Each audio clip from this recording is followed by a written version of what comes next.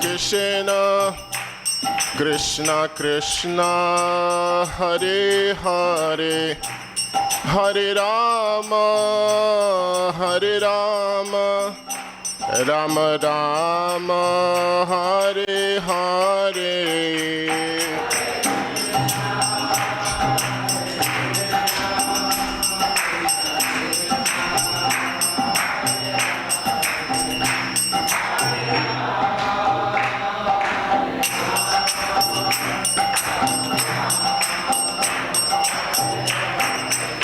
Hare Krishna, Krishna Krishna, Hare Hare, Hare Rama, Rama Rama, Hare Hare.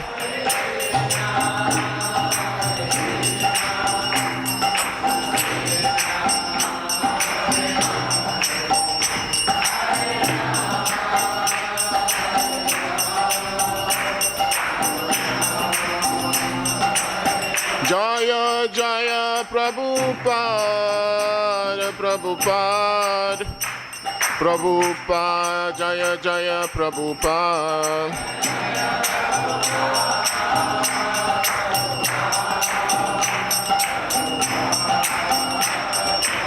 Jaya Jaya Prabhupada, Prabhupada, Prabhupada, Jaya Jaya Prabhupada.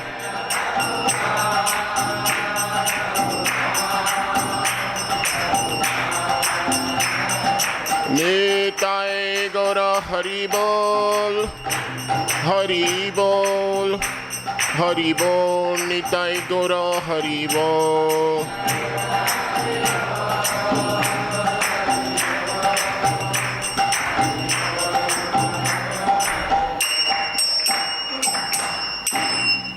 Jai Nitai Gaur Premanande, Jayam Vishnupad Paramahamsa Parivrajacharya Stotra Sat Shishimad, His Divine Loving Grace Srila A.C. Bhaktivedanta Swami Prabhupada Ki, Jayam Vishnupad Paramahamsa Parivrajacharya Stotra Sat Shishimad, His Divine Loving Grace Srila Bhakti Siddhanta Saraswati Goswami Maharaj Prabhupada Ki, Ananta Koti Vaishnava Vrinda Ki, Namacharya Srila Haridas Thakur Ki, प्रेम से कहो श्री कृष्ण चैतन्य प्रभु नित्यानंद श्री अद्वैत गदाधर शिवासदि गौर भक्त वृंद की, श्री राधा कृष्ण गोप गोपीनाथ श्याम कुंड राधा कुंड गिरि गोवर्धन की, ब्रजभूमि श्री वृंदावन धाम की, श्री नवद्वीप मायपुर धाम की, पुरुषोत्तम क्षेत्र जगन्नाथपुरी धाम की, समवेता भक्त वृंद की, जय निताय गौर प्रेमानंदे. Oh glories to the assembled devotees, oh glories to the assembled devotees, oh glories to the assembled devotees, oh glories to the lotus feet of Sri Sri Guru and Sri Gauranga, oh glories to Srila Prabhupada.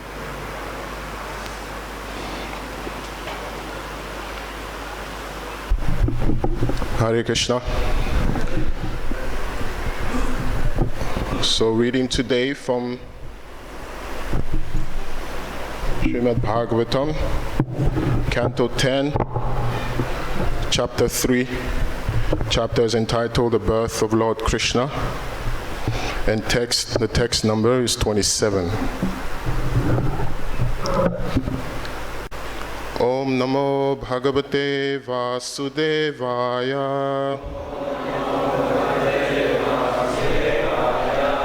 Om Namo Bhagavate Vasudevaya. Om Namo Bhagavate Vasudevaya.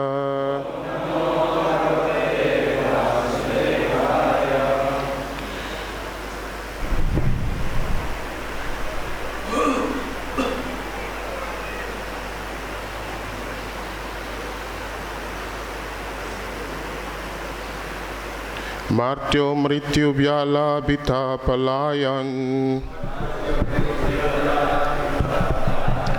Lokan Sarvan Nibharyam Nadya Gachat. Tvatpadabjam prapya yadrichayadya Sushta shete mrityurasmadupaiti Martyo mrityu vyala bhita palayan Lokan sarvan nirbhayam nadhyagachat Tvatpadabjam prapya yadrichayadya Sushta shete mrityurasmadapaiti Martyo mrityu vyala bhita palayan Lokan sarvan nirbhayam nadhyagachat Tvatpadabjam prapya yadrichayadya Sushta shete mrityurasmadapaiti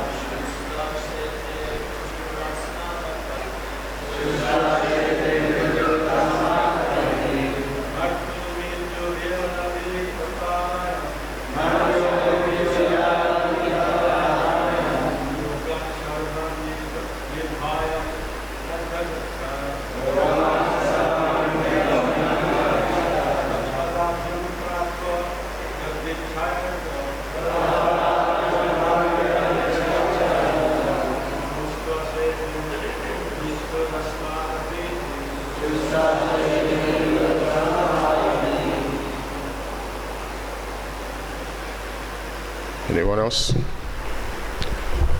Vaishnavis?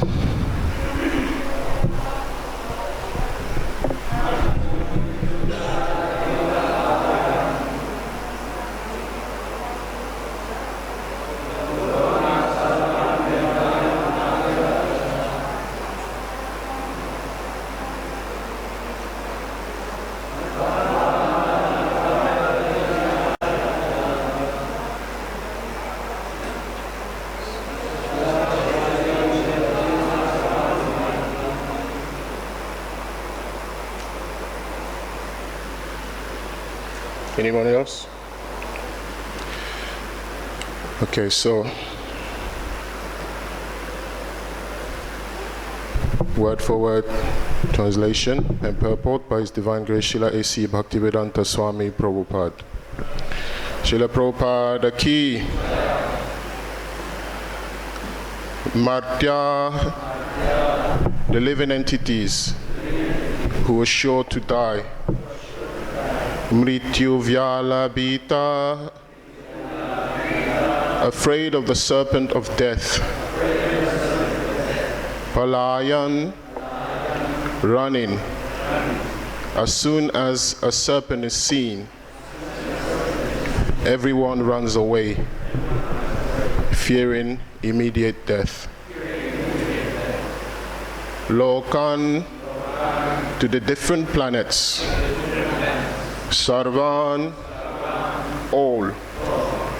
Nirbhayam, fearlessness. Na adhyagachat, do not obtain. Tvat pada abjam, of your lotus feet. Prapya, obtaining the shelter. Yadrichaya, by chance, by the mercy of your Lordship and your representative, the spiritual master. Guru Kripa, Krishna Kripa. Adya, presently. Susta, being undisturbed and mentally composed. Shete are sleeping. Mrityu, death, are smart from those persons. Apaiti, flees. Translation: no one in the spiritual world has become free from the four principles: birth, death, old age, and disease, even by fleeing to various planets. But now that you've appeared, my Lord, death is fleeing in fear of you, and the living entities, having obtained shelter at your lotus feet by your mercy, are sleeping in full mental peace. Responsibly, please. Responsibly, no, responsibly. Responsibly and responsibly also, if you want. So no one in this material world has become free from the four principles: birth, death, old age, and disease, even by fleeing to various planets. But now that you've appeared, my Lord, death is fleeing in fear of you, and the living entities, having obtained shelter at your lotus feet by your mercy, are sleeping in full mental peace. Purport by His Divine Grace Srila A.C. Bhaktivedanta Swami Prabhupada. Srila Prabhupada Ki. There are different categories of living entities, but everyone is afraid of death. The highest aim of the karmis is to be promoted to the higher heavenly planets, where the duration of life is very long. As stated in Bhagavad Gita 8.17, Sahasra Yugam Yuga Paryantam Aharyat Brahmano Vidu. One day of Brahma equals 1,000 yugas, and each yuga consists of 4,300,000 years. Similarly, Brahma has a night of 1,000 times 4,300,000 years. In this way, we may calculate Brahma's month and year, but even Brahma, who lives for millions and millions of years, Dvi Praradha Kala, also must die. According to Vedic Shastra, the inhabitants of the higher planetary systems live for 10,000 years. And just as Brahma's day is calculated to equal 4,300,000,000 of our years, one day in the higher planetary systems equals 6 of our months. Karmis therefore try for promotion to the higher planetary systems, but this cannot free them from death. In this material world, everyone from Brahma to the insignificant ant must die. Therefore, this world is called Martya Loka.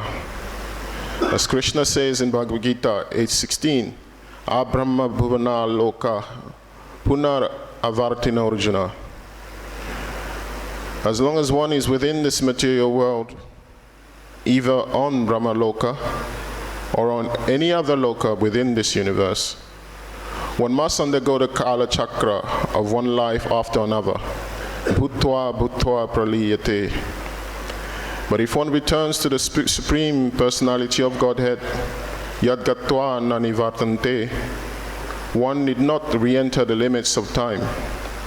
Therefore, devotees who have taken shelter of the lotus feet of the Supreme Lord can sleep very peacefully with this assurance from the Supreme Personality of Godhead. As confirmed in Bhagavad Gita 4.9, Tyaktva deham punarjanmana iti. After giving up the present body, a devotee who has understood Krishna as he is need not return to this material world. The constitutional position for the living entity is eternity. Nahanyate hanyamane sharire nitya shashvatoyam. Every living entity is eternal, but because of having fallen into this material world, one wanders within the universe continually changing from one body to another. Chaitanya Mahaprabhu says, Brahmanda Brahmite Kono Bhagyavan Jeev, Guru Krishna Prasad Pai Bhakti Lata Beach. Chaitanya Charitamrita Madhya Lila 19.151. Everyone is wandering up and down within this universe. But one who is sufficiently fortunate comes in contact with Krishna consciousness by the mercy of the spiritual master and takes to the path of devotional service. Then one is assured of eternal life with no fear of death. When Krishna appears, everyone is freed from fear of death. Yet Devaki felt, we are still afraid of Kamsa, although you've appeared as our son. She was more or less bewildered as to why this should be so, and she appealed to the Lord to free her and Vasudeva from this fear. In this connection, it may be noted that the moon is one of the heavenly planets. From the Vedic literature, we understand that one who goes to the moon receives a life with a duration of 10,000 years in which to enjoy the fruits of pious activities. If our so-called scientists are going to the moon, why should they come back here? We must conclude without a doubt that they have never gone to the moon. To go to the moon, one must have the qualification of pious activities. And then one may go there and live. If one has gone to the moon, why should he return to this planet where life is of a very short duration? Srila Prabhupada ki. Om Jnana Timirandhasya Jnananjana Shalakaya Chakshurun Militam Yena Tasmai Shri Gurave Namaha Shri Chaitanya Manobhishtam Stapitam Yena Bhutale Sayam Rupaha Kada Mahyam Dadati Sa Padantikam Vandeham Shri Guru Shri Yuta Padakamalam Shri Gurun Vaishnavamscha Shri Rupam Sagrajatam Sahagana Raghunathan Vitam Tam Sajivam Sadvaitam Savadutam Parijana Sahitam Krishna Chaitanya Devam Sri Radha Krishna Padan Sahagana Lalita Shri Vishakhan Vitamscha He Krishna Karuna Sindhu Dinabandhu Jagatpate Gopesha Gopika Kanta Radha Kanta Namostute Tapta Kanchana Gaurangi Radhe Vrindavaneshwari Vrishabhanu Sute Devi Pranamami Hari Priye Vancha Kalpatarubhyascha Kripa Sindhubhya Evacha Patitanam Pavanebhyo Vaishnavebhyo Namo Namaha Jai Shri Krishna Chaitanya Prabhu Nityananda Shri Advaita Gadadhar Shivasadi Gaura Bhakta Vrinda Hare Krishna Krishna Krishna Hare Hare Hare Rama Rama Rama Hare Hare.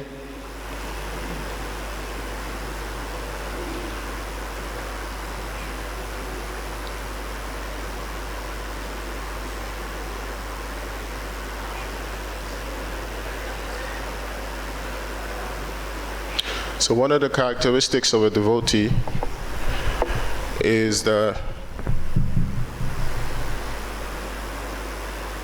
humility and appreciation of the Lord's glory and potency. Whenever a devotee gets the opportunity to have the darshan of the Supreme Lord, they cannot help but offer glorious prayers in honor of the Supreme Lord.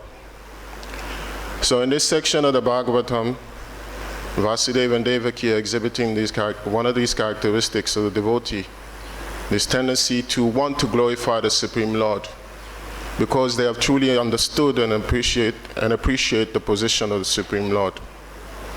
The conditioned soul, out of envy for the Supreme Lord, wants to be glorified. But a pure soul, the liberated soul, appreciating the potency of the Supreme Lord, appreciating His beauty and His compassion and His kindness, and seeing, understanding that there's no one superior to the Lord in these aspects, feels impelled and compelled to also express their amazement and wonder at the Lord's abilities and potencies. So Vasudeva and Devaki, after the birth of Lord Krishna getting his darshan, offered him some prayers. In the previous section, Vasudeva offered prayers, and he spoke about various aspects of Krishna's characteristics that as Krishna's transcendental position that make him unique. And now Devaki is also doing the same. So this verse here is the fourth verse in the series of prayers that Devaki is offered. And here she's speaking about a very important aspect of Krishna's nature. Krishna's ability to free one from the fear of death. Right? Sometimes people say that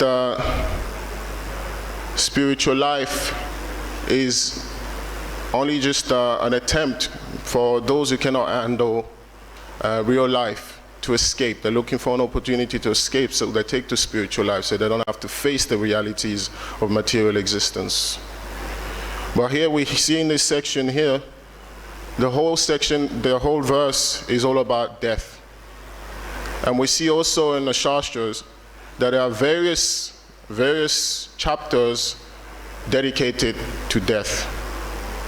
In fact, the 8th chapter of Bhagavad Gita, the whole chapter talks about death, how one should leave the body. And the Bhagavatam also starts after a person who is about to die inquires on how to face death. And the reason for this is that death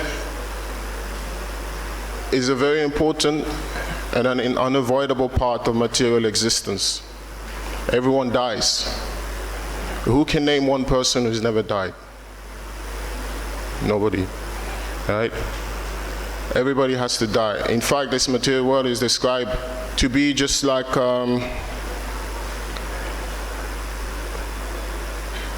sexually transmitted terminal illness. And this is very grave, very serious. A terminal illness is basically a disease. When you get it, you're going to die anyway. So as soon as you take birth, you're going to die, right? There is no getting around it. Now, what makes material existence a sexually transmitted terminal illness is that we take birth into this world through the union between man and woman, through sex. And as a result of this, we take birth and we end up dying anyway. So just like you have HIV, we also have material life, right? You catch it, you're going to die. So this purport here is talking about death, and it talks about death for a devotee, because a devotee also has to experience death. Regardless of how advanced you are, you also have to experience death. The materialist has to experience it, the devotee also has to experience it. In Mahabharata, after Abhimanyu was killed by the Kauravas, when he was instructed to enter the Chakravyuha, because they felt like he was the only person who knew as to how to get in and get out of the Chakravyuha. But somehow Abhimanyu ended up getting killed. So the Pandavas were feeling distressed because they had instructed him to enter the Chakravyuha. Yudhishthira could not handle the pain of feeling responsible for Abhimanyu's death, that he became despondent and started to lament. And then he met with Vyasadeva, who instructed him, and Vyasadeva told him, I'm sorry, but no matter how great a personality may be, they cannot break the laws of material life, material nature. It's impossible. And then he went on to give him a list of names of great sages who also died, great kings who also died. Everybody has to die in this material world. But here the contrast is given between the experience of a devotee's death and the experience of a materialist's death, right? There's a difference. And this difference is important to understand because sometimes when materialists look at devotees, one of the challenges that present to devotees as to why should I accept your path is because you guys are doing the same thing I'm doing. You eat, I eat. You sleep, I sleep. You die, I die. So what makes your spirituality different? Why should I take to this path? Because I'm going to die just like you also. But there's a difference between the death of a devotee and the death of a materialist. The devotee's death is that it's a death that is joyfully accepted and is welcome. That when a devotee dies, the devotee is not afraid, but the materialist is afraid. And the reason why the materialist is afraid is because of his attachment to the material body and his identification to the material body. There's this verse in the 11th canto of Bhagavatam which explains how fear arises. Bhayam dvitiya vinive shatasyat. And he says that fear arises, this is 11th canto, chapter 2, text 37. He says there that fear arises when a living entity misidentifies himself as the material body because of absorption in the external illusory energy of the Lord. Right? When the living entity starts to identify with the body, thinking the body to be oneself, then the living entity also undergoes the same types of tribulations due to the mental and psychological attachments to the body. Right? One devotee gives the example that just like a man is holding on to a rope that is attached to a vehicle, so wherever that vehicle goes, he's also dragged in the same direction. So if the vehicle goes through thorny bushes, if the vehicle goes through dirty, muddy areas, he also gets dirty, he also gets muddy, he also gets hurt by the thorns because he's holding on to that vehicle.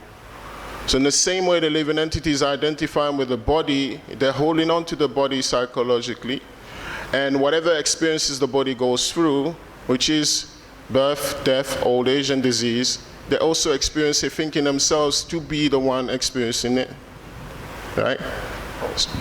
So they start to feel the same pain as the body is going through.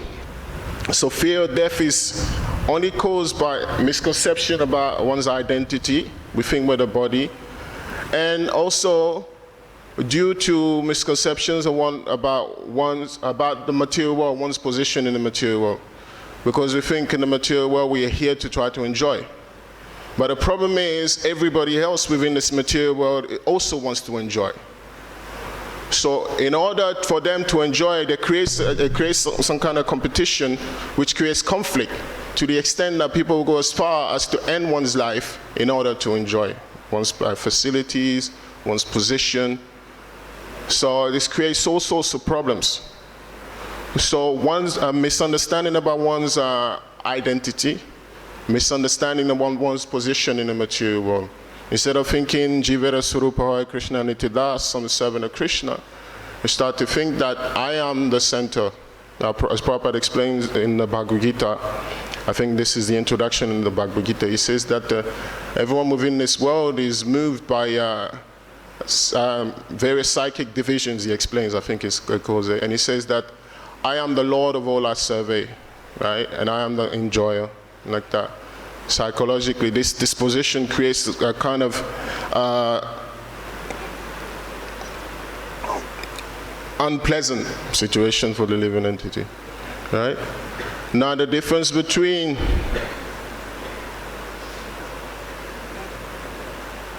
the conditioned soul and the pure soul is that the pure soul is not functioning under this conception. So here in this purport, Prabhupada explains how to become free from this conception, this ignorance, this fear of death. He explains that this can only be made possible by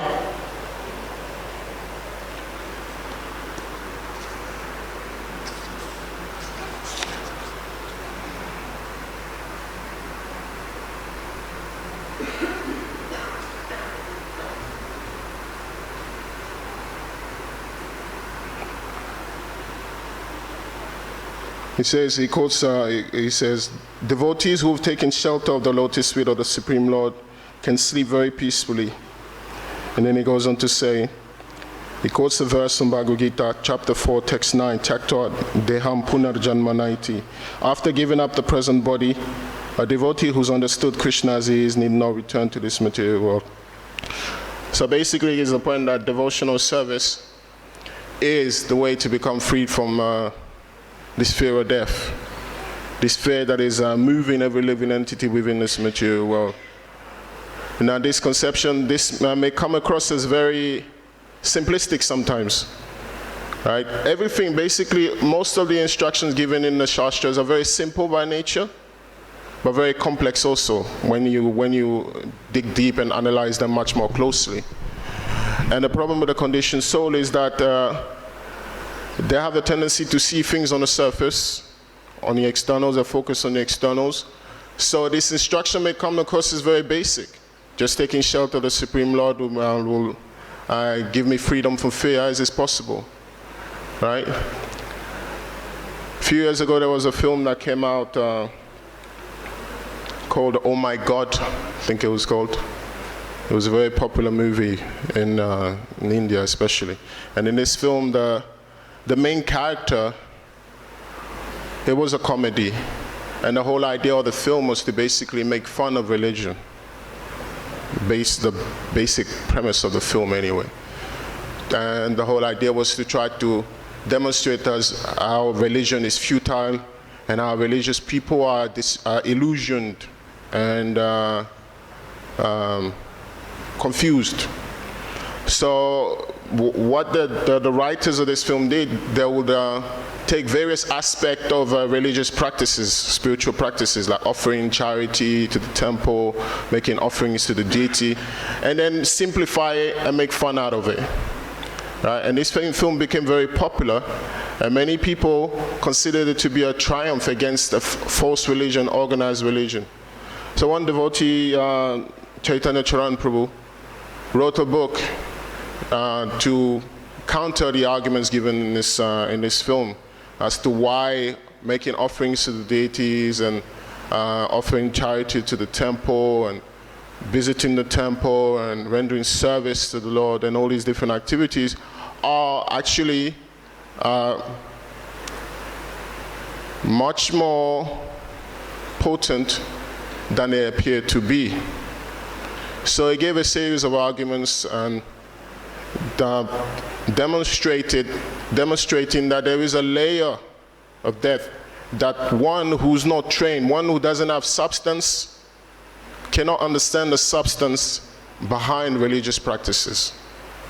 Right? It's essentially what the focus of his book was. Right? So one who doesn't have substance cannot understand the substance of this instruction given in this purport of Bhagavatam. Why is it that surrendering to the Supreme Lord is the best way to become free from the cycle of birth and death? Yeah. This first thing is due to the relationship between the Supreme Lord and death. Ultimately, what is death? Death is nothing other than another form of the Supreme Lord himself. Krishna explains so in the Bhagavad Gita. Mrityu sarva haras chaham. I am the all devouring death. Right? Death is ultimately just a harsher form of the Lord which comes to take away from the rebellious living entities. Right? So the example is given, just like you have a bailiff, you owe money to the lenders. They lend you money to buy various things, and you were not able to repay your debt. Then after a certain point, when the time is due, these lenders, these debt collectors, they will send some debt collectors. In the UK, we call them bailiffs. That's just another term for them. They'll come and then repossess all the possessions that they've given you, that you've been able to acquire with the resources that I've given you. So the living entity ends up in a position where they require facilities from Krishna to enjoy within this material world, because they wanted to establish a relationship of enjoyment, looking at Krishna as a source of enjoyment. So this created a situation where the relationship became one of business orientated, right? If they're pious, that is. If they're not, then they'll try to enjoy separately. But even then, they still depend on the Supreme Lord to enjoy. Now, if they're pious, they will approach him directly and beg, and then make some, just make a little donation, bow down, take a sweet, make a donation, bow down, take a sweet, don't stay for the class, disappear afterwards. And they will get the enjoyment they want.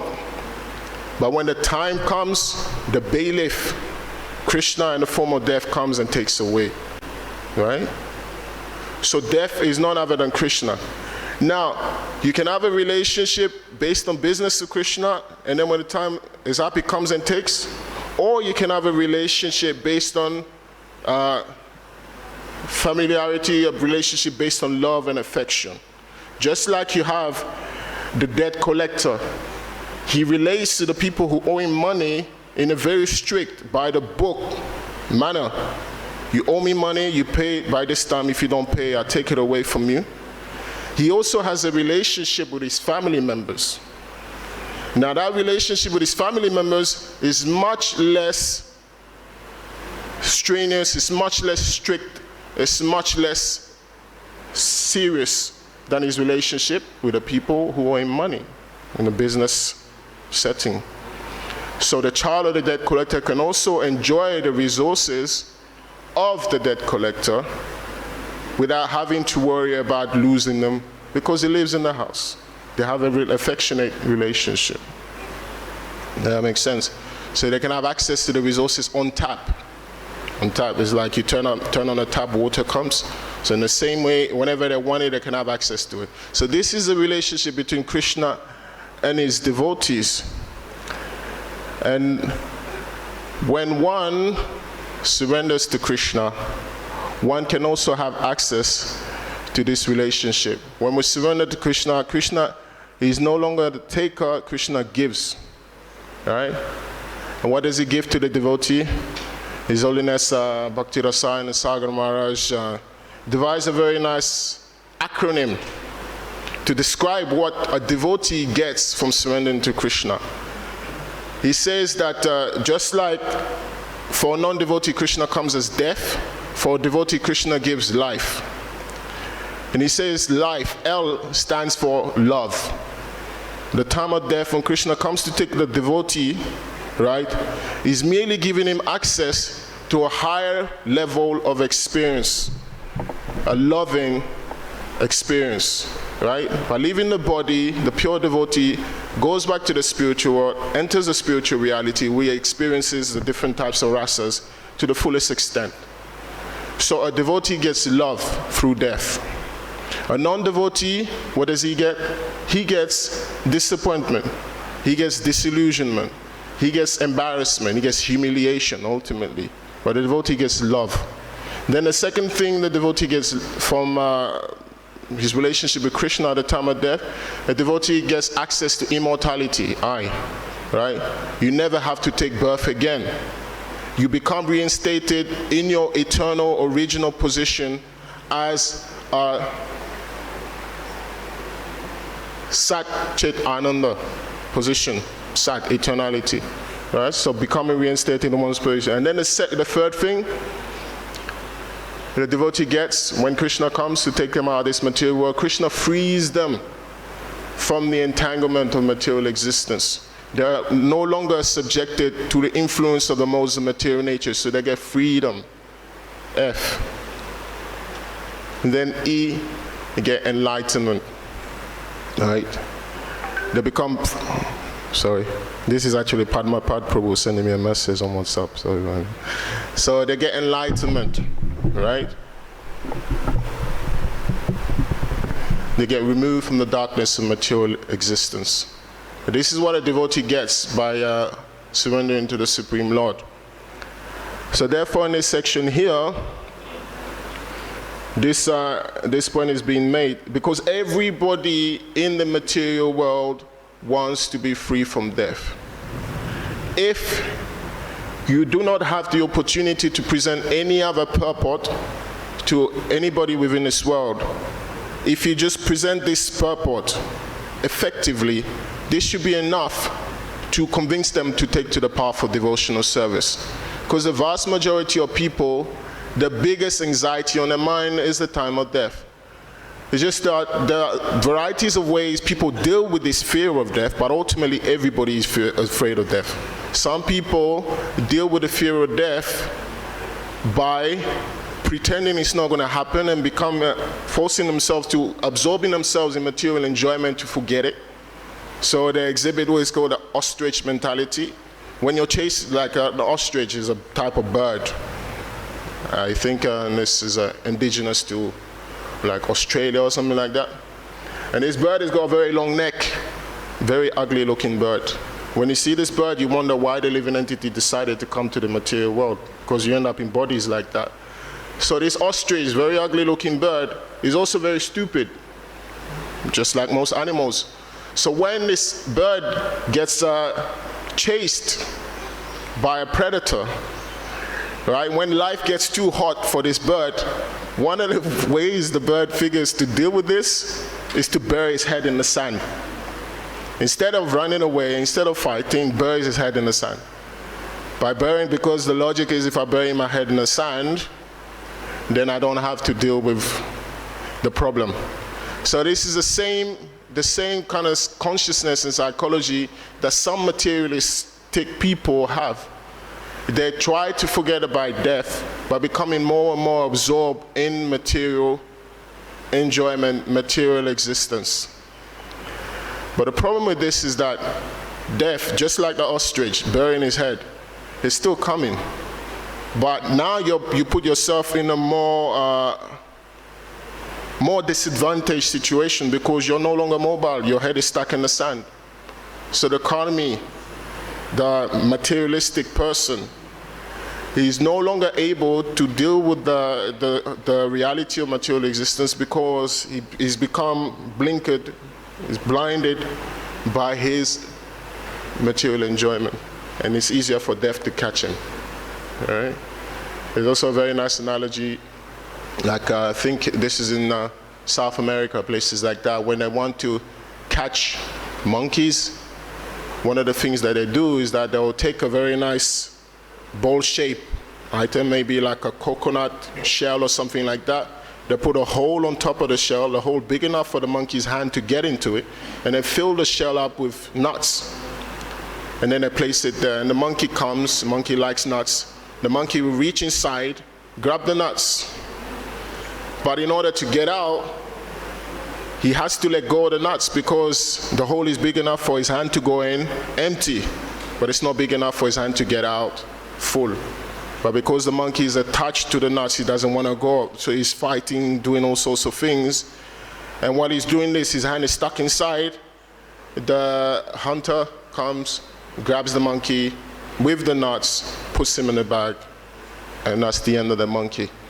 So this is the same situation for the materialistic person in this material world, trying to deal with death by pretending that it doesn't exist, becoming absorbed.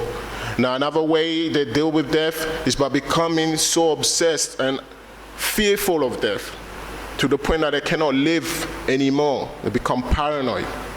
Now, a devotee, his conception is in the middle. He's got a balanced outlook on death. Death is going to come, but he prepares for it. That's the difference between a devotee and a non-devotee. He doesn't pretend that it's not going to happen. He doesn't suppress the idea of death coming, and he doesn't become paralyzed by the fear of death coming. What he does, he processes the reality of death. He processes it following the guidelines given in Scripture. And the basic premise, the basic guideline given in Scripture for dealing with death is to take shelter of the Supreme Lord. There's this very nice verse in the second canto of Bhagavatam, chapter 3, text 17, which says, both by rising and setting, the sun decreases the duration of life of everyone, except one who utilizes the time by discussing topics of the all-good personality of Godhead. By engaging in hearing and chanting the glories of Krishna, one becomes more and more disentangled from material existence, and then at the time of death, it's much easier to think of Krishna. To do the opposite, one remains entangled, and the likelihood of remembering what you're attached to when you were alive is more high. Yeah? Whatever you do when you're awake, that's what you remember when you're sleeping. Whatever you do when you're alive, that's what you remember when you die, like that. So this is a very important verse, because here Devaki is giving us a glimpse of one of the characteristics of Krishna. Krishna is the Supreme Personality of Godhead, who can give one freedom from the cycle of birth and death, because death himself, fear itself, runs away from Krishna. That's how powerful Krishna is. So therefore, every living entity within this material world was seeking to become free from all fear, especially the most potent form of fear, the fear of death, must take shelter of the Supreme Personality of Godhead. And the process for doing that, as explained throughout the Bhagavatam in various places, is by hearing the glories of Krishna, as was described in this particular verse, on a repeated basis, systematically, by chanting the holy name of Krishna, and by serving the devotees of Krishna. By doing these things, one becomes eligible to enter the kingdom of God at the time of death, as Krishna explains in the Bhagavad Gita and in various places. So, this is just my simple conceptions. I'm a very ignorant personality, but by the grace of the Supreme Lord and the devotees, I'm sitting here today and get the opportunity to speak on the Bhagavatam. But these are my thoughts, and we still have some minutes. If anyone has any questions or comments or corrections, then I would like to hear them and perhaps attempt to answer your questions also. Any questions?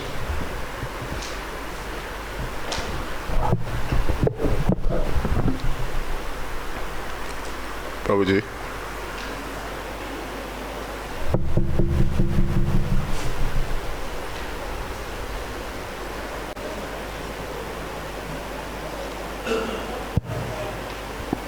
Thank you, Prabhu, for this enlightening, discussion. In material world, except devotee, everybody tries to keep the death under the rug because they don't want to think of this. And this is the dilemma, because when the death comes, they are very much afraid and everything.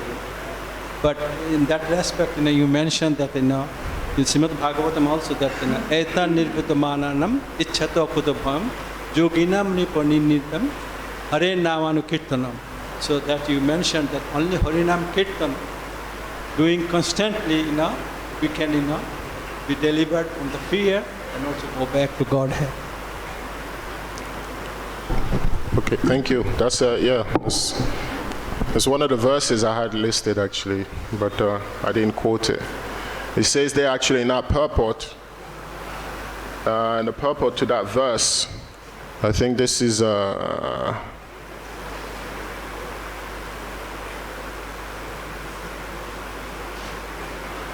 the purport to that verse, Prabhupada lists various great personalities throughout history. He speaks about Ravana, Kamsa, Hiranyakashipu, and he says that these were all great persons who tried to cheat death, who felt they were so powerful, but they were also very easily dispatched by the Supreme Lord, right? And the Supreme Lord is the most powerful, and that powerful Supreme Lord is saying that His holy name is no different from Him. So one who takes shelter of the holy name can become free from him in his former's death, basically. So Prabhupada gives the example, it gives that example there. So that's also a very powerful verse. So thank you for sharing that. Any other question or comment? Yes, Mataji.